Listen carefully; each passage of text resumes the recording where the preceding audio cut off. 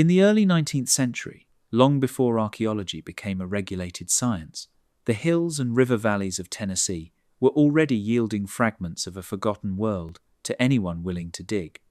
Farmers breaking ground for wells uncovered stone-lined graves beneath their fields, road crews slicing through ridges, exposed carefully arranged burials, and curious landowners opened towering earthen mounds that had stood undisturbed for centuries. Inside, early witnesses described discoveries that seemed to defy expectation: skeletons larger than what they believed normal, graves constructed with deliberate precision, and burial sites that hinted at complex rituals and social order. As these findings spread through local reports and early historical writings, they attracted the attention of scholars and eventually federal institutions, including the Smithsonian, whose representatives would later arrive to systematically excavate and collect artifacts across the region. Yet alongside official documentation, another narrative began to form, one that suggested some discoveries were quietly removed, transported under authority, and never fully presented to the public. Whether shaped by exaggeration, misinterpretation, or something more elusive, the story of Tennessee's giant graves would become a lasting mystery, rooted not only in what was uncovered, but in what may have been taken before sunrise, the ancient landscape beneath Tennessee. Long before European settlers entered the valleys of what is now Tennessee, the land was already shaped by societies whose achievements would only be understood centuries later. These were not scattered tribes living without structure, but organized cultures capable of engineering massive earthworks that still stand today. Across riverbanks and fertile plains, they constructed burial mounds, ceremonial platforms, and complex settlement centers, many of which were aligned with astronomical events or social hierarchies. Sites such as Pinson Mounds revealed just how advanced these builders were, with construction dating from circa 1 CE to 500 CE. The largest mound at the site, known as Saul's Mound, rises more than 70 feet, requiring coordinated labor on a scale that suggests leadership, planning, and a deep cultural purpose behind its creation. To early settlers in the late 1700s and early 1800s, these structures were both fascinating and unsettling. Many could not believe that the Native American tribes they encountered were responsible for such monumental works, leading to widespread speculation about a lost race that had once inhabited the land. This belief, though now understood as a misconception rooted in bias and limited knowledge, played a powerful role in shaping early interpretations of the mounds. Without scientific methods or cultural context, settlers often opened burial sites out of curiosity, unknowingly disturbing carefully arranged graves that had remained untouched for centuries. What they found inside these mounds was often more complex than they expected. Stone-lined graves, sometimes called stone box graves, were constructed with flat slabs forming rectangular compartments, each carefully fitted together. The bodies within were not randomly placed, but arranged with intention, often accompanied by pottery, tools, and ornamental objects that suggested ritual significance. In some cases, multiple individuals were buried within a single mound, indicating a layered history of use over generations. These discoveries hinted at societies with traditions, beliefs, and social structures far more sophisticated than early observers initially assumed. Yet, among these findings, certain accounts stood out. Reports began to circulate describing skeletons that appeared unusually large compared to the average person of that time. While some of these descriptions may have been influenced by perception or exaggeration, their repetition across different locations made them difficult to ignore entirely. Whether these remains truly represented individuals of exceptional height or were misinterpreted under primitive excavation conditions, they added an element of mystery that would follow Tennessee's mound sites for generations. As word spread, the mounds became more than archaeological features. They became symbols of an unknown past, attracting attention not just from locals but from historians, researchers, and eventually federal institutions. What began as isolated discoveries in farmland would soon evolve into one of the most extensive archaeological efforts in the United States, bringing with it both scientific inquiry and enduring questions about what exactly had been buried beneath Tennessee's soil. Early discoveries and John Haywood. By the early 19th century, scattered discoveries across Tennessee were no longer isolated incidents, but part of a growing pattern that demanded attention. One of the first individuals to take these reports seriously and attempt to document them was John Haywood, often referred to as the father of Tennessee history.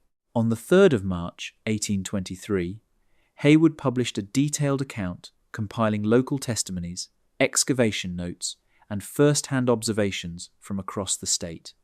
His work did not present a single discovery, but rather a collection of reports that, when viewed together, painted a picture of a region filled with ancient burial sites and unexplained findings. Among the most striking accounts Haywood recorded were those from White County and Williamson County, where stone graves had been opened during routine land clearing. In several instances, the skeletons found within these graves were described as significantly taller than the average person of that era, with some estimates reaching 7 feet or more. At a time when the average male height was much shorter than today, such measurements would have appeared extraordinary, even if they were only slightly above modern averages.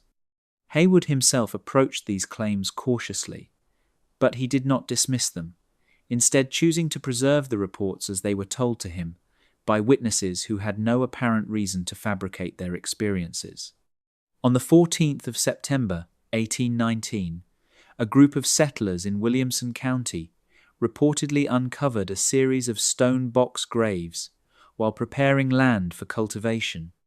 According to accounts later referenced by Haywood, several skeletons were found laid out in extended positions, with unusually large limb bones compared to other burials in the same area. These discoveries were not conducted under scientific conditions, and measurements were often estimated rather than recorded with precision. Still, the consistency of such descriptions across different counties contributed to a growing sense that something unusual might be present within these ancient burial grounds.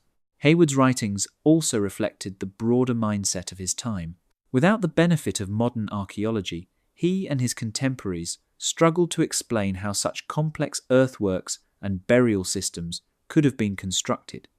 This uncertainty led to speculation about lost civilizations or unknown peoples who may have inhabited the region long before known Native American tribes. While modern research has since confirmed that the mound builders were indeed ancestors of indigenous cultures, the early confusion helped give rise to theories that would persist well into the 20th century. Perhaps most importantly, Haywood's documentation ensured that these early discoveries were not entirely lost to history. Even if some details were exaggerated or misunderstood, his work preserved a record of what settlers believed they had found. It created a foundation upon which later researchers would build, and it introduced a question that would continue to echo through Tennessee's archaeological history. Were these simply misinterpreted remains, or was there something about these burials that had yet to be fully understood? The rise of scientific excavation. By the late 19th century, the study of Tennessee's ancient mounds began to shift from scattered curiosity to organized investigation. What had once been the work of farmers and local historians was now taken up by trained researchers working under institutional authority. Among the most influential figures in this transition was Cyrus Thomas, who, in 1879, was appointed to lead the Division of Mound Exploration under the Smithsonian's Bureau of Ethnology. His assignment was ambitious: document, excavate, and interpret the thousands of mound sites spread across the eastern United States, including many in Tennessee. On the 6th of May, 1881, field teams operating under this division began systematic excavations in multiple Tennessee counties, applying methods that were far more structured than anything used before. Trenches were measured, burial positions were recorded, artifacts were catalogued and carefully packed for transport. For the first time, the excavation of mounds was treated as a scientific process rather than an act of curiosity. These teams uncovered pottery, engraved shells, copper ornaments, and stone tools that pointed to a sophisticated and interconnected culture now recognized as part of the Mississippian tradition. At sites such as McMahon Mound Site, excavations led by researchers like William Henry Holmes revealed carefully constructed burial layers, each representing different periods of use. Some graves contained individuals buried with elaborate goods, suggesting social ranking and ceremonial importance.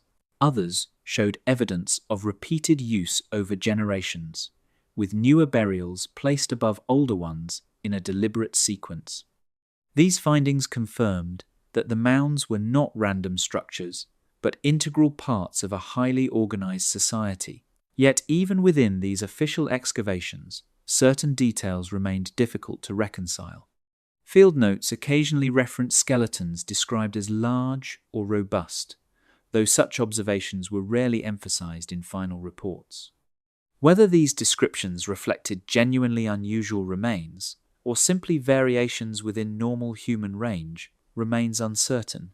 At the time, the primary goal of the Smithsonian's work was to establish that the mounds were built by indigenous peoples, countering earlier theories of a lost race.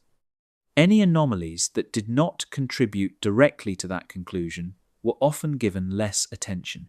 As artifacts and remains were collected, they were shipped to Washington for further study, often packed in crates and transported by rail.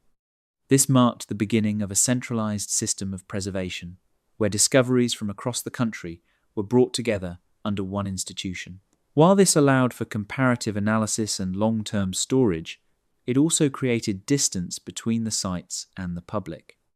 Local communities that had witnessed these discoveries rarely saw the final results, and over time, this gap between excavation and explanation would contribute to a growing sense of mystery surrounding what had been taken from the mounds of Tennessee. The Shiloh excavations. By the closing years of the 19th century, archaeological work in Tennessee had intensified, with several major sites drawing focused attention from researchers determined to understand the purpose and structure of the ancient mounds. One of the most significant efforts began on the 3rd of June, 1899, at Shiloh Indian Mound Site, a location that had already gained historical importance due to its proximity to the battlefield of Battle of Shiloh.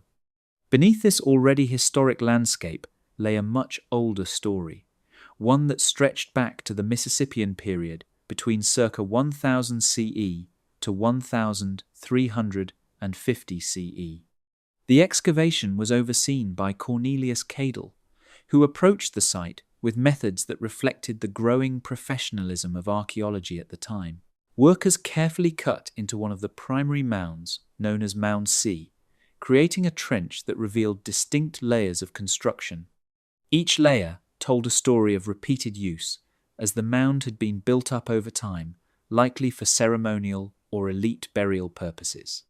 Within these layers, Cadell and his team uncovered a variety of artifacts, including pottery fragments, stone tools, and one of the most remarkable finds, a finely carved ceremonial pipe made from Missouri flint clay, indicating long-distance trade connections. The layout of the burials within the mound revealed a level of organization that earlier settlers could not have imagined. Individuals were placed with intention, often accompanied by items that suggested status or role within their society. Some were buried alone, while others appeared as part of grouped interments, possibly reflecting familial or social ties. The positioning of bodies, the inclusion of grave goods, and the layering of burials all pointed to a structured belief system surrounding death and the afterlife. While the official reports from Shiloh did not confirm the presence of giant skeletons, the excavation contributed an important piece to the larger puzzle. It demonstrated that these mounds were not random burial sites, but carefully maintained centers of ritual activity reserved for individuals of significance. This raised an important question that would echo through future interpretations. If certain individuals were treated with greater care in death, could physical differences, such as unusual height, have played a role in their status within these societies? The work at Shiloh also highlighted a growing divide between scientific reporting and public perception. While archaeologists focused on cultural patterns and material evidence, local stories continued to circulate, describing discoveries that seemed far more dramatic than what appeared in official publications. This contrast between what was recorded and what was remembered would become a defining feature of the mystery, leaving open the possibility that not every detail uncovered in the earth found its way into the written record. Swallow Bluff and the Stone Graves. In April 1914, archaeological attention turned to a cluster of mounds located along the Tennessee River at Swallow Bluff Island Mounds, where veteran excavator Clarence Bloomfield Moore arrived to conduct a formal investigation. Moore had already spent decades exploring mound sites across the southeast, documenting burial practices and collecting artifacts for further study. His approach, while systematic for its time, still reflected an era when excavation often meant removal, with artifacts and remains transported away from their original context for preservation and analysis. On the 18th of April, 1914, Moore and his team began opening the primary mound at the site, carefully removing layers of earth until they reached the summit area, where a series of stone box graves had been constructed. These graves were built using flat limestone slabs, arranged to form rectangular compartments just large enough to contain a human body. As the excavations continued, more than 20 of these graves were uncovered, each sealed and preserved beneath the mound's surface. Inside, the remains were found in flexed positions, often accompanied by pottery vessels, stone tools, and ornamental items that suggested ceremonial significance. What made these stone graves particularly striking was their uniformity and precision. Unlike earlier reports of scattered burials, these graves appeared to follow a consistent design, indicating a shared cultural practice rather than isolated events. The bodies were not placed randomly, but arranged with care, sometimes oriented in specific directions, suggesting ritual meaning that archaeologists of the time could only partially interpret. Moore documented these findings in detail, noting the construction methods and associated artifacts, which contributed to a broader understanding of burial traditions in the region. However, as with other sites across Tennessee, local accounts surrounding Swallow Bluff extended beyond the official reports. Residents in nearby communities spoke of earlier discoveries along the riverbanks, describing skeletons that appeared larger than expected and graves that seemed unusually spacious. While Moore's published findings did not emphasize such observations, the persistence of these stories added another layer to the growing narrative. Whether these accounts were influenced by earlier reports, misinterpretations, or genuine anomalies remains uncertain, but their repetition across multiple locations continued to fuel speculation. By the time Moore completed his work, numerous artifacts and remains had been collected and prepared for transport, joining the expanding collections held by institutions such as the Smithsonian. This process, while essential for preservation, also meant that the physical evidence was no longer accessible to the communities where it had been found. Over time, as memories of the excavations faded and the artifacts remained out of view, the gap between documented history and local storytelling widened, leaving behind a question that would continue to echo. What exactly had been uncovered in these stone graves, and how much of it was truly recorded? The Smithsonian's expanding reach. By the final decades of the 19th century, the excavation of mound sites in Tennessee was no longer a local or isolated effort, but part of a coordinated national project driven by scientific ambition and institutional authority. At the center of this movement was the Smithsonian Institution, operating through its Bureau of Ethnology, which had been formally established in 1879 to study the cultures and histories of indigenous peoples across North America. Under the leadership of figures such as John Wesley Powell and Cyrus Thomas, the institution launched one of the most extensive archaeological surveys ever undertaken in the United States. On the 12th of October 1882, field teams working under this initiative expanded their operations deeper into Tennessee, targeting not just prominent mound centers, but also smaller, less documented burial sites scattered across rural counties. These teams were equipped with standardized recording methods that marked a significant shift from earlier excavation practices. Measurements were taken with greater precision, burial orientations were noted, and artifacts were catalogued with reference numbers before being packed for transport. The goal was clear: to create a comprehensive record of the mound-building cultures and to settle the long-standing debate about who had constructed these monumental earthworks. As excavations progressed, thousands of artifacts began to flow toward Washington. Pottery fragments, copper ornaments, carved stone pipes, shell engravings, and human remains were carefully crated and shipped by rail. In many cases, entire burial assemblages were removed, separating objects from the precise locations where they had been found. While this allowed researchers to compare findings across different regions, it also meant that the original context of many discoveries was permanently altered. For local communities, the process often appeared abrupt. Excavations would begin, materials would be gathered, and within a short period, the physical evidence would be gone. By the 7th of March, 1894, Cyrus Thomas published his comprehensive report on the mound explorations, concluding that the earthworks had been built by the ancestors of Native American tribes rather than a lost or unknown civilization.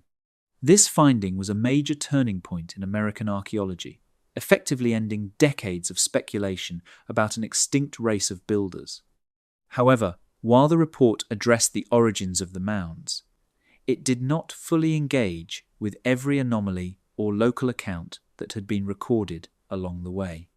Observations of unusually large skeletal remains, when mentioned at all, were often attributed to natural variation or dismissed as measurement inconsistencies. At the same time, the sheer volume of material collected created practical challenges. Not everything could be displayed, and much of it was placed into storage for future study. Over time, this reality contributed to a growing perception among the public that certain discoveries had been hidden or overlooked. In regions where excavations had taken place, stories persisted of crates being filled late into the night, of wagons transporting bones and artifacts under official supervision, and of findings that were never seen again. While there is no verified evidence that such removals were conducted in secrecy or with the intent to conceal information, the combination of limited public access and incomplete local records allowed these narratives to take root. The expansion of the Smithsonian's reach into Tennessee marked a critical moment in the transition from curiosity-driven digging to institutional archaeology.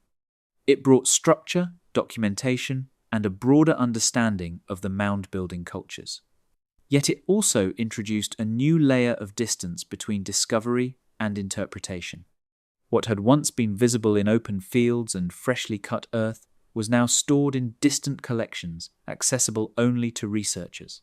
And within that distance, questions began to form. Questions not just about what had been found, but about what might have been taken, catalogued, and quietly set aside, far from the places where the story had begun. The giant narrative.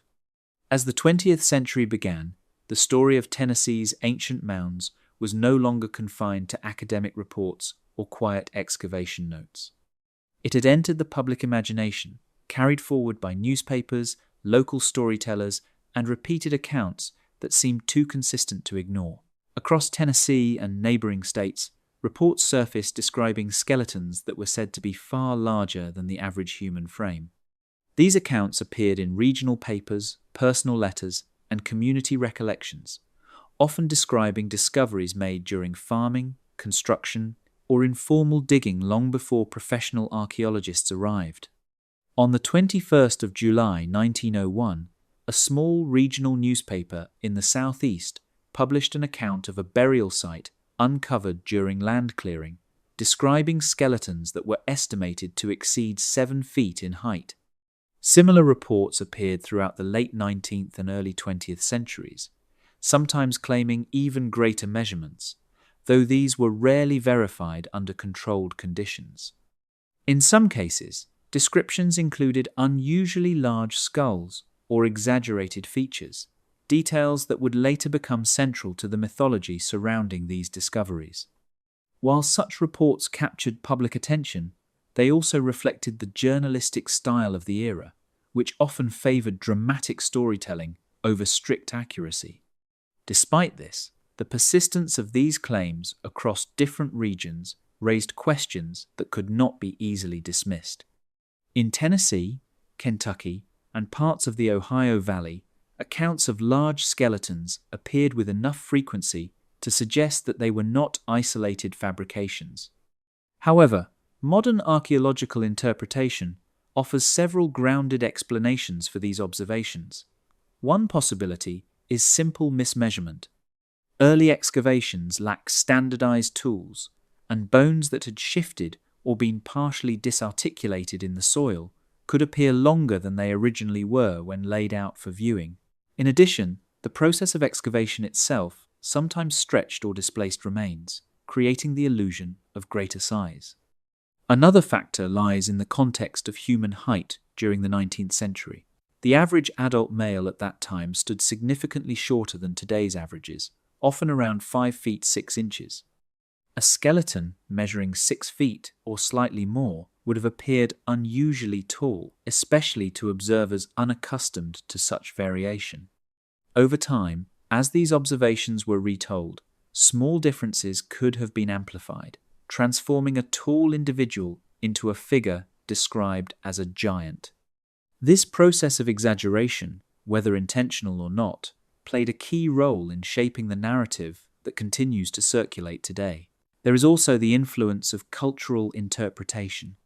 Early settlers, unfamiliar with the history and achievements of indigenous mound-building societies, often believed that the structures they encountered must have been created by a different, possibly superior or extinct race. This assumption made it easier to accept the idea that unusually large skeletons belonged to a separate group of people rather than to members of the same culture. Over time, these beliefs merged with local folklore, reinforcing the notion that something extraordinary had once inhabited the region. Yet, even with these explanations, the giant narrative has proven remarkably resilient. It continues to appear in discussions, books, and online forums, often framed as evidence of something deliberately concealed or misunderstood. While mainstream archaeology does not support the existence of a separate race of giants in Tennessee, the repeated nature of these accounts ensures that the question remains open in the minds of many. Whether rooted in misinterpretation, exaggeration, or rare instances of unusually tall individuals, the story of giant skeletons has become inseparable from the history of the mounds themselves, adding a layer of intrigue that continues to draw attention more than a century later. What modern archaeology reveals? As the 20th century progressed and archaeological methods became more rigorous, researchers returned to Tennessee's mound sites with tools and techniques that allowed far more precise documentation. Excavations at sites such as Castalian Springs Mound Site revealed entire towns, ceremonial centers, and defensive palisades, all dating from circa 1000 CE to 1350 CE. These sites confirmed what earlier archaeologists had suspected. The mound builders were not an unknown or lost race, but complex societies with political systems, trade networks, and sophisticated religious practices. Human remains recovered from these sites generally fall within the expected range of variation for pre-Columbian populations in North America. While some individuals were taller than the average of their time, no verified skeletons reached the extraordinary heights reported in 19th century accounts. What early observers had described as giants can often be explained through a combination of factors: the natural variability of human stature, shifting bones during excavation, and the tendency to exaggerate observations when encountering unfamiliar burials. Radiocarbon dating and osteological analysis now allow archaeologists to place burials within precise chronological contexts, revealing that larger individuals were exceptional rather than representative of a separate race. At the same time, these modern excavations shed light on the intricate burial practices of the mound builders. Graves were carefully aligned and oriented, sometimes in relation to solar or lunar events.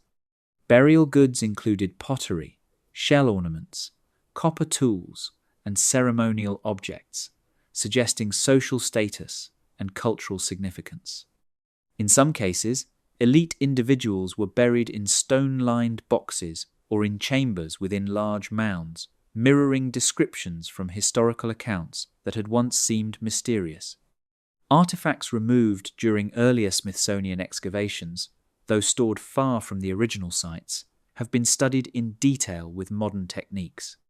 Isotopic analysis of bone, for example, provides information about diet, health, and migration patterns, while advanced imaging allows examination of skeletal structure without destructive methods. These studies confirm the extraordinary sophistication of these societies, but they do not support the existence of a separate race of giants. Instead, they demonstrate that what early settlers perceived as unusual or extraordinary often reflected the unfamiliarity of the burial practices and the natural variation among individuals within these populations. Despite this clarity, the fascination with giants persists, largely because of the way early discoveries were recorded and removed. Many skeletal remains and artifacts were transported to distant institutions, sometimes in crates, labelled only with catalogue numbers. This created a physical and psychological distance between discovery and interpretation, leaving room for speculation and rumour. In a sense, the missing giants were less a question of fact and more a consequence of how discoveries were documented, stored, and retold. Modern archaeology, then, provides a balanced perspective. The Tennessee Mounds are confirmed as the work of advanced indigenous societies, and skeletal remains fit within normal human variation. Yet the stories of unusually large skeletons continue to captivate imaginations, offering a glimpse into the intersection of human curiosity, early scientific practice, and the enduring power of myth. The truth lies somewhere between what was discovered in the earth, what was removed for study, and what was remembered or exaggerated in local memory, creating a narrative that is as compelling today as it was more than a century ago. The mystery of removal. Even as modern archaeology has clarified the origins and practices of the mound-building societies, one question continues to linger. What exactly happened to the remains and artifacts that were removed during early excavations? Between the late 1800s and the early 1900s, thousands of artifacts and skeletal remains were transported from Tennessee sites to institutions such as the Smithsonian Institution for Study and Preservation. Shipping methods at the time were primitive by modern standards. Crates were packed tightly, sometimes without detailed context or photographs, and the focus was on the preservation of material culture rather than complete transparency for local communities. Accounts from this period suggest that some removals occurred in ways that appeared sudden or secretive. Local oral histories describe wagons arriving before sunrise to collect human remains and artifacts from mounds, sometimes without full explanation to the landowners who had made the original discoveries. On the 2nd of November, 1893, a report from Montgomery County mentions that a collection of skeletal remains was transported from a mound site under the supervision of Smithsonian representatives, with only a brief inventory left for local records. While these accounts do not provide evidence of deliberate concealment, they contribute to the perception that certain discoveries were removed quietly, fueling speculation about what was taken and why it never appeared in public displays. Part of the explanation lies in the priorities of the era. Archaeology was emerging as a professional discipline, and the goal of institutions like the Smithsonian was to collect, preserve, and analyze artifacts for study and comparison. Public exhibition was limited, and storage facilities were centralized, meaning that once items were removed from the original site, they were effectively out of sight. Combined with incomplete local records and the natural decay of oral memory, this created the impression that something significant had been hidden. Another factor relates to the condition of the remains. Human skeletal material is highly susceptible to damage from excavation, transport, and environmental conditions. Many early collections were fragmented, incomplete, or deteriorated over time. In some cases, remains were reburied or moved according to emerging ethical standards, particularly after the passage of the Native American Graves Protection and Repatriation Act in the late 20th century.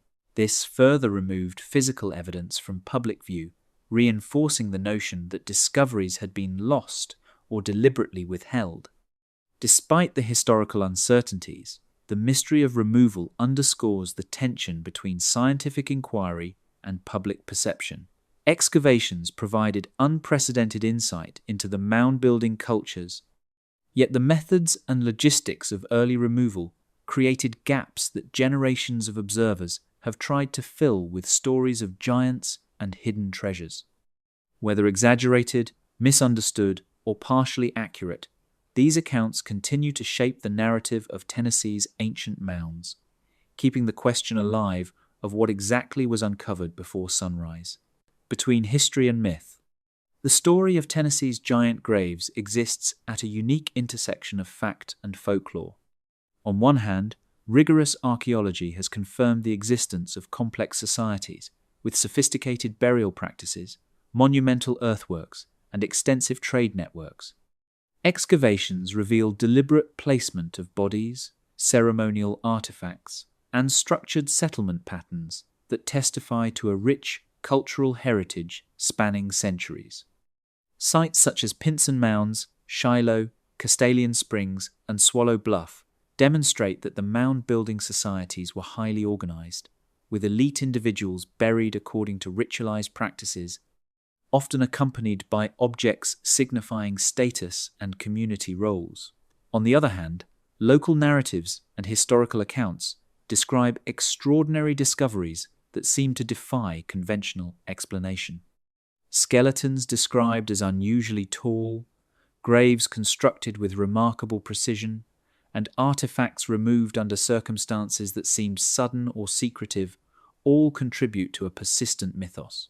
These stories, repeated and amplified over generations, transformed everyday observations into a legend of giants, creating a compelling but often misunderstood layer atop the archaeological record.